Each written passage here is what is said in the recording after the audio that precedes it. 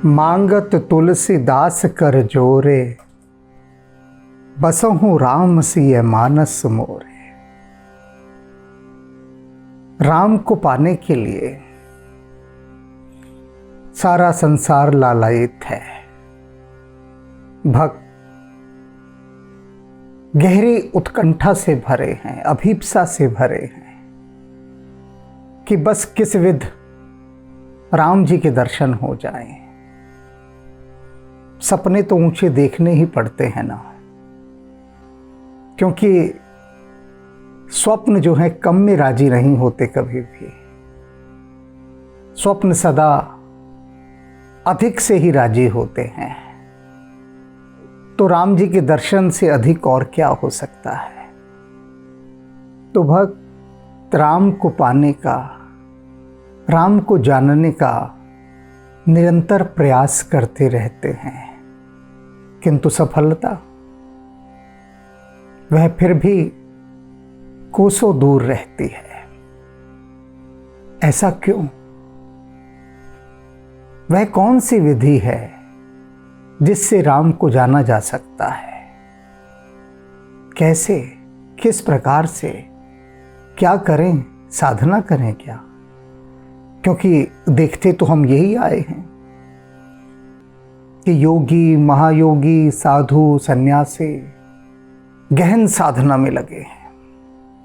प्रभु को रिझाने के लिए जप, तप, अनुष्ठान, न जाने क्या क्या जतन कर रहे हैं कि किसी प्रकार से राम रीझ जाए। किंतु क्या ये साधन, ये साधनाएं राम की ओर ले जाने में हमारी कुछ सहायता करती हैं? इन सभी गहरे बिंदुओं पर आज तुलसीदास जी कुछ कुछ ठहर ठहर कर चल रहे हैं। हम भी ठहरते हैं। ये ठहराव आना बहुत जरूरी है। राम रावरो सुभाव, गुणशील महिमा प्रभाव। ये जो हमारे राजा राम जी हैं, इनका जो स्वभाव है, गुण है, शील है और महिमा और प्रभाव है, इसे कौन जाना है आज तक? कौन जान सकता है? किसने जाना है? यही बता रहे हैं तुलसीदास जी अब कि हमारे राजा राम जी का जो गुण, स्वभाव, प्रभाव, महिमा, शील, ये सब जान्यो हर भगवान शिव ने जाना है। हनुमान, लखन, भरत, 4 जनों का नाम तुलसीदास जी ने गिनाया है। सबसे पहले भगवान शिव, वे ही जान पाए हैं राम जी को। हनुमान जी, लक्ष्मण जी, भरत जी। अब जिनके हिय सुथर राम प्रेम सुतरो, इनके हृदय में, इनके हृदय रूपी आंगन में राम नाम रूपी कल्प वृक्ष लगा है और लसत सरस सुख फूलत फरत, और वहां पर बहुत ही सुंदर सरस फल और फूल शोभायमान हैं। किसके हैं ये रस से भरे हुए फल? भक्ति से, भगवत भक्ति से।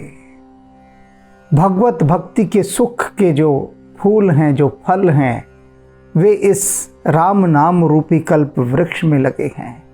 और यह कल्प वृक्ष कहाँ लगा है?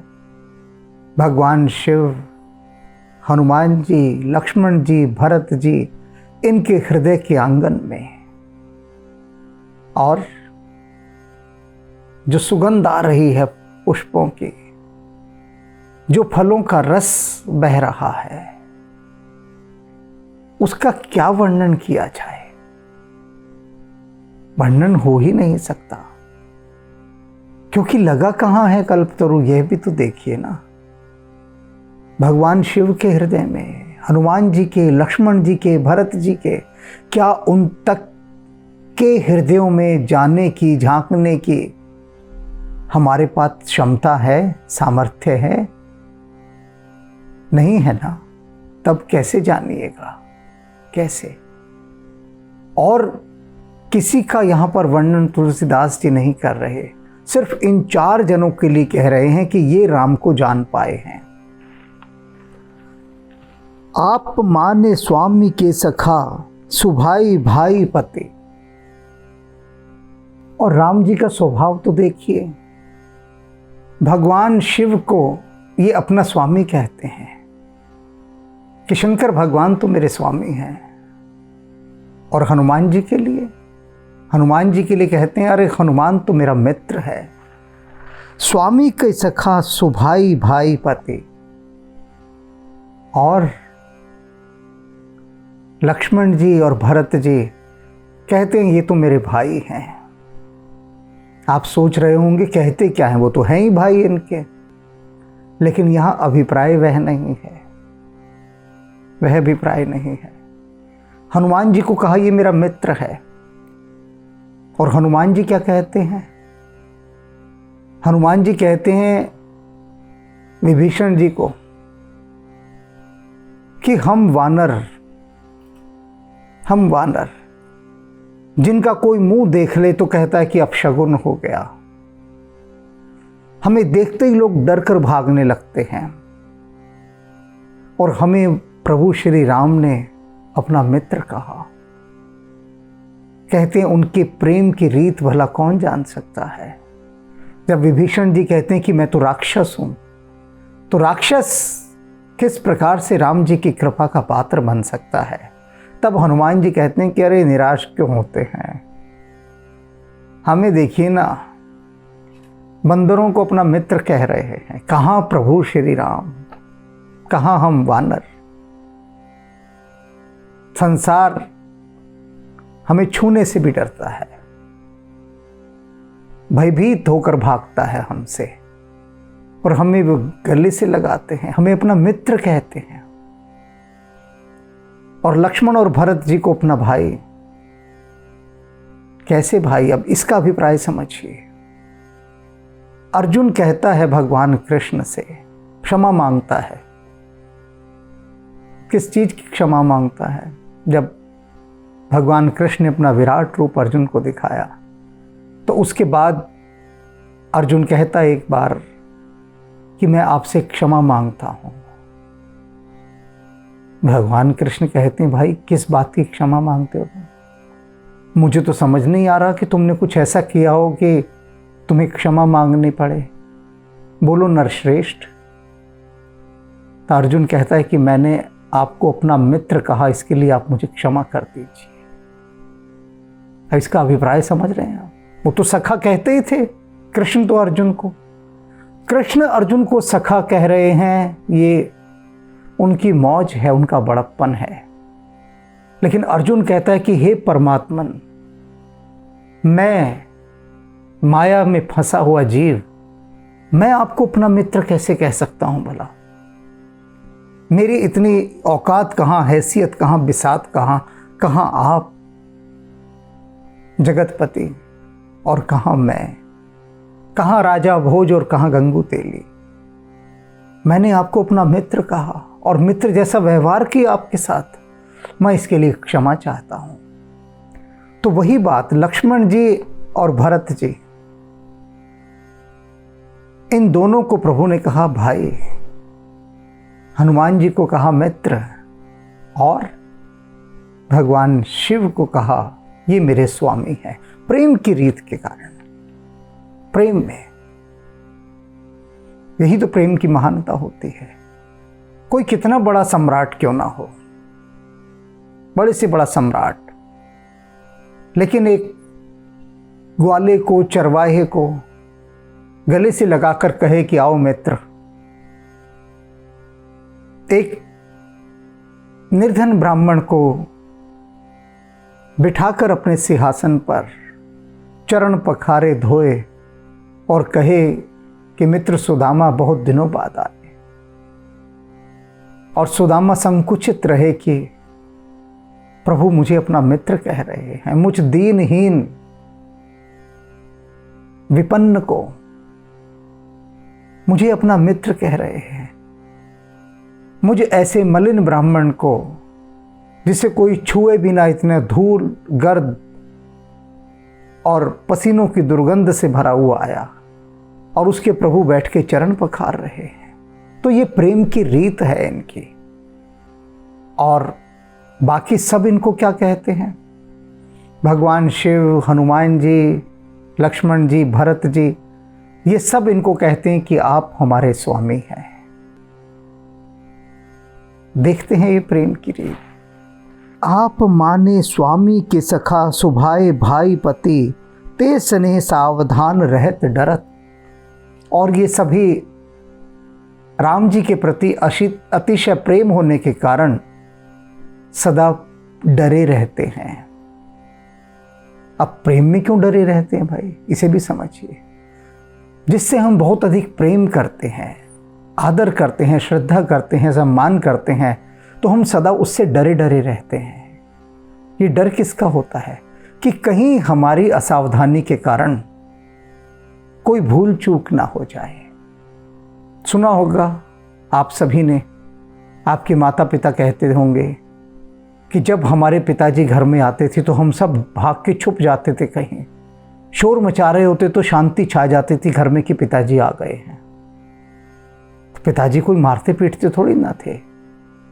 उनका जो ये डर था, ये डर क्या है? ये सम्मान जनित भय है, यानी आदर प्रकट करने के लिए कि कहीं ऐसा ना हो कि पिताजी के सामने हम कुछ ऊंचा बोल जाएं, कुछ गलत बोल जाएं और उनके आदर को ठेस पहुंचे। उस सम्मान के कारण डरे रहते थे। तो इसीलिए हनुमान जी, भगवान शिव, लक्ष्मण जी, भरत जी, सब राम जी के प्रति जो इतनी श्रद्धा है, इतना प्रेम है, इसके कारण उनसे डरे डरे रहते हैं कि कहीं हमारे व्यवहार से कोई त्रुटि ना हो जाए किसी भी प्रकार की। क्योंकि जो उनके प्रेम की अनन्यता है, जो विशुद्धता है, उसमें कहीं कोई दोष उत्पन्न ना हो जाए, इसलिए बड़े सजग रहते हैं। यही कारण है कि अनेक बार भक्त पूछते हैं कि जब हम पूजा करते हैं तो कुछ हमसे ऐसा ना हो जाए कि जिसके कारण कोई दोष या त्रुटि हो जाए। ये प्रेम का भय है और कुछ नहीं। साहिब सेवक रीति प्रीति परमीत नीति, नेम को निभा एक टेक न टरत। और यही प्रेम की रीति है। इस प्रेम की इसी रीति का निर्वाह करते यदि चलेंगे तो प्रेम दूरगामी रहता है। प्रेम की जो टेक है वह कभी समाप्त नहीं होती। ये जो भाव है प्रेम का, प्रेम की जो रीति है, इसी को वो संभाल कर चलना है। सुख सनकादिक प्रहलाद नारदादि कहे, राम की भक्ति बड़ी विरति निरत। तुलसीदास जी कह रहे हैं कि जो राम की भक्ति है ना, वो ऐसे नहीं मिलती, बड़ी वैराग्य से मिलती है। और ये बात कौन कहता है? सुखदेव जी, सनकादि, प्रहलाद, नारद, ये सब कहते हैं कि राम की जो भक्ति है वो बहुत अधिक वैराग्य से मिलती है, परम विरक्ति से। जब परम विरक्ति होती है तभी राम की भक्ति होती है, उससे पहले नहीं होती। और ये परम विरक्ति कैसे प्राप्त होती है? जाने बिनु भक्ति ने जानी बो तिहारे हाथ। और इस भक्ति को कोई भी व्यक्ति, इस भक्ति को जब तक उसे इस बात का ज्ञान ना हो जाए कि जो भी कुछ मिलेगा परम वैराग्य से मिलेगा, इस बात का ज्ञान ना हो जाए, तब तक भक्ति नहीं आती। भक्ति के लिए ज्ञान चाहिए। ज्ञान किस बात का? ज्ञान की परम वैराग्य हो जाए। और जब परम वैराग्य हो जाता है तब भक्ति प्राप्त होती है। किंतु जानी बो तिहारे हाथ, ये सब राम जी आपके हाथ में है। ये सब कुछ हम कर लेंगे, फिर भी सब आपके हाथ में है। आपकी कृपा के बिना, भगवत कृपा के बिना भक्ति प्राप्त नहीं हो सकती। राम कृपा बिन सुलभ न सोई, समुझ सयाने नाथ पगन परत। कहते हैं हे नाथ, हे राम जी, जो सयाने लोग हैं वे इस बात को समझ गए हैं। क्या समझ गए हैं? कि हम कितनी भी साधनाएं कर लें, साधन कर लें, उनसे हमें ये परम वैराग्य प्राप्त नहीं हो सकता, भक्ति प्राप्त नहीं हो सकती। ये सभी सयाने समझ गए हैं। तो जब समझ गए हैं तो फिर लोग साधना क्यों करते हैं, क्यों तपस्या करते हैं, क्यों इतने अनुष्ठान करते हैं, क्यों जप तप करते हैं, क्यों, क्या कारण है? ये बात सत्य है जो तुलसीदास जी ने कहा कि साधनाओं से, जप तप से, अनुष्ठान से, इन समस्त साधनों से राम की भक्ति की प्राप्ति नहीं हो सकती। तो फिर क्या व्यर्थ हैं ये? नहीं, बिल्कुल व्यर्थ नहीं। अब इसे समझिए एक उदाहरण के द्वारा। बिना कायदा पढ़े आप पुस्तकें नहीं पढ़ सकते, कायदा तो पढ़ना पड़ेगा अक्षर ज्ञान के लिए। तो ये जो साधना है, तपस्या है, ये सारे क्या हैं? ये कायदे हैं, आरंभिक शिक्षा है। जब आप साधना करते हैं, तपस्या करते हैं, जप तप करते हैं, अनुष्ठान करते हैं, तो वे इसलिए किए जाते हैं कि जिससे हमारा मन शुद्ध हो। मन के शुद्धिकरण के लिए किए जाते हैं कि मन भक्ति के लिए तैयार तो हो, उसकी तैयारी तो करनी है ना। जैसे खेत में बीज बोने हैं तो पहले खेत में हल चलाया जाता है, उसमें से खरपतवार निकाले जाते हैं, मिट्टी को नरम किया जाता है, फिर बीज बोए जाते हैं। तो भक्ति का उदय हो, वैराग्य आए, इसके लिए ज़मीन तो तैयार करनी होगी ना। तो ये जितने प्रकार की साधनाएं हैं, जितने भी प्रकार के, कोई भजन कर रहा है, कोई योग कर रहा है, कोई नृत्य कर रहा है, कोई संगीत में डूबा है, इत्यादि इत्यादि इत्यादि, जो भी जिस भाव से कर रहा है साधना, तो प्रत्येक साधना, प्रत्येक तपस्या मन की जो चित्त भूमि है, चित्त भूमि के शुद्धिकरण का काम करती है। शुद्धिकरण की विधि है सारी। जब साधनाएं बहुत हो जाती हैं, मन शुद्ध हो जाता है, फिर परम वैराग्य की ओर बढ़ा जाता है तब। और ये किससे प्राप्त होता है? ये भी प्रभु की कृपा से। तो सब सयाने लोग हैं, वे क्या करते हैं? समुझ सयाने नाथ पगन परत। ये जितने भी जो सयाने हैं, सिद्ध हैं, भक्त हैं, वो आपके पैरों में पड़ जाते हैं, आकर शरणागत हो जाते हैं। तो शरणागत हो जाने से बड़ी साधना तपस्या कोई भी नहीं है। अब ये मत सोचिएगा कि सारी साधना तपस्या छोड़कर हम शरणागत हो जाएं, नहीं। साधना तपस्याएं ही इतना सुकोमल बनाती हैं हृदय को कि आप पैरों में पड़ने के लिए समर्थ हो सकें, राम जी के चरणों में जाकर गिर सकें, प्रार्थना कर सकें। उसकी तैयारी ही तो ये साधना और तपस्या करवाती है। तब गिरना होगा, ऐसे नहीं हो सकता गिरना कि आज ही सोचे कि छोड़ देते हैं जो भी हम साधना इत्यादि कर रहे हैं और जाके राम जी के चरणों में गिर जाएं। ऐसे तो गिरना हो ही नहीं सकता। और ये बात सब सयाने जानते हैं, सब सयाने।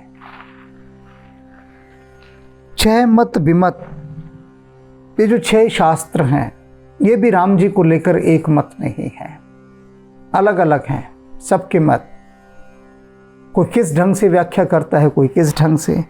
न पुराण मत एक मत, और जितने भी पुराण हैं वो भी सब एक मत नहीं है। वे भी अनेक अनेक प्रकार से राम तक पहुंचने की बातें कहते हैं, अनेक अनेक प्रकार से। नेति नेति नेति नित्य निगम करत, और जो वेद हैं, वेद तो नित्य ये कहते हैं नेति नेति नेति, न इति न इति न इति। राम ऐसे हैं? नहीं, ऐसे नहीं हैं। फिर आप कहेंगे अच्छा राम जी ऐसे हैं, तो वेद कहेगा राम जी ऐसे नहीं हैं। फिर आप कहेंगे कि अच्छा राम जी ऐसे तो होंगे, वेद फिर कहेगा वे ऐसे नहीं हैं। तो हर बार वेद एक ही बात बोलेगा। आप कुछ भी कह दीजिए, कुछ भी कह लीजिए राम को अभिव्यक्त करने के लिए कि क्या राम जी ऐसे हैं, तो हर चीज के लिए वेद एक ही उत्तर देता है, न इति नेति नेति नेति।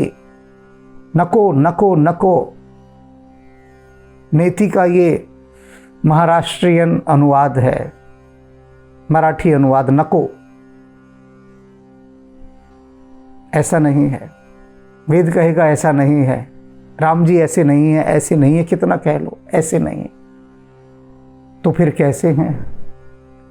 और कैसे हैं तो ये तो भगवान शिव बता सकते हैं, हनुमान जी, राम जी या लक्ष्मण जी, क्योंकि वे ही इनको तत्व से जान पाए हैं। राम को तत्व से जाना जा सकता है, या अन्य जो लोग जान गए तत्व से राम को, वे चुपचाप निकल लेते हैं, बताते ही नहीं, बताते ही नहीं, खबर ही नहीं होने देते, बिना खबर किए चुपचाप निकल लेते हैं।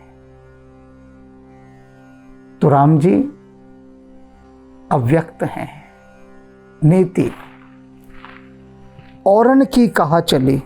अब तुलसीदास जी कहते हैं मैं औरों की क्या कहूं, औरों से कहां पूछूं। पूछना था शास्त्रों से, पुराणों से, वेदों से।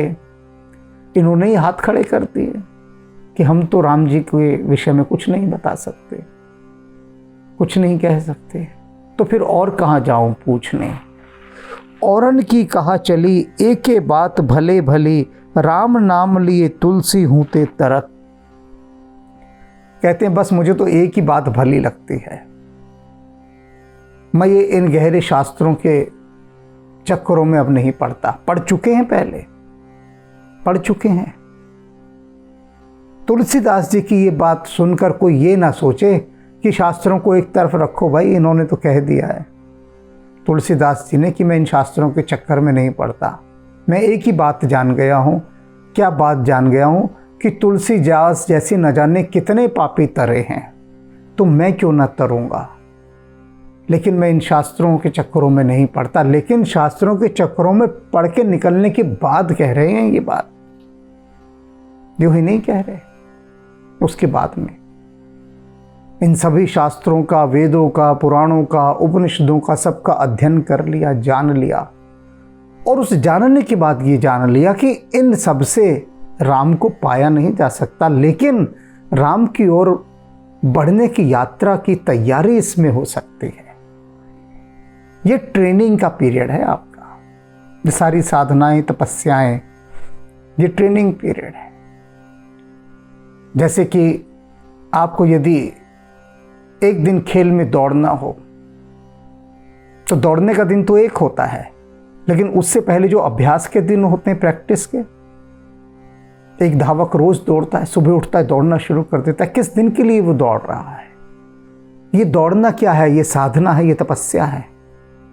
किस दिन के लिए दौड़ रहा है? कि जिस दिन प्रतियोगिता का दिन आएगा उस दिन वह विजयी हो सके। उस दिन विजयी होने की तैयारी के लिए वह दौड़ रहा है, अभ्यास कर रहा है, प्रैक्टिस कर रहा है। तो ये जो प्रतिदिन भक्त साधना करते हैं, उपासना करते हैं, पूजा करते हैं, ध्यान योग करते हैं, जप तप करते हैं, ये क्या है? ये प्रैक्टिस, अभ्यास, साधना, अपने को साधने के लिए, उस दिन के लिए कि जिससे हमारे हृदय में भक्ति का उदय हो सके, और जितना भी ये मल हैं, ये विकार हैं, वे सब इन साधनाओं के माध्यम से दूर हो सके। तब जाकर हम राम के द्वार पढ़ सकते हैं, जैसे तुलसीदास जी पढ़े हुए हैं। आप विनय पत्रिका देख रहे हैं, कब से देख रहे हैं? और कब से तुलसीदास जी पढ़े ही हुए हैं बस द्वार पर। तो क्या कहते हैं कि सयाने एक ही बात जान जाते हैं इन सबको करने के बाद, क्या? पगन परत, कि आपके पैरों में जाकर गिर गए।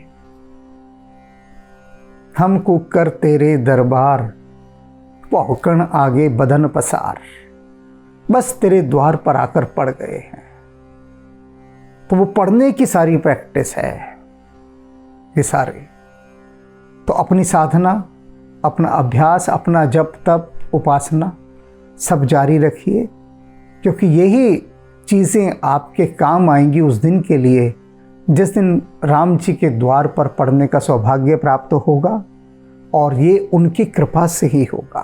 भक्ति भी तभी मिलेगी जब वे कृपा करेंगे। ये सब कुछ एक दूसरे में गड़मड़ रूप से समाया हुआ है।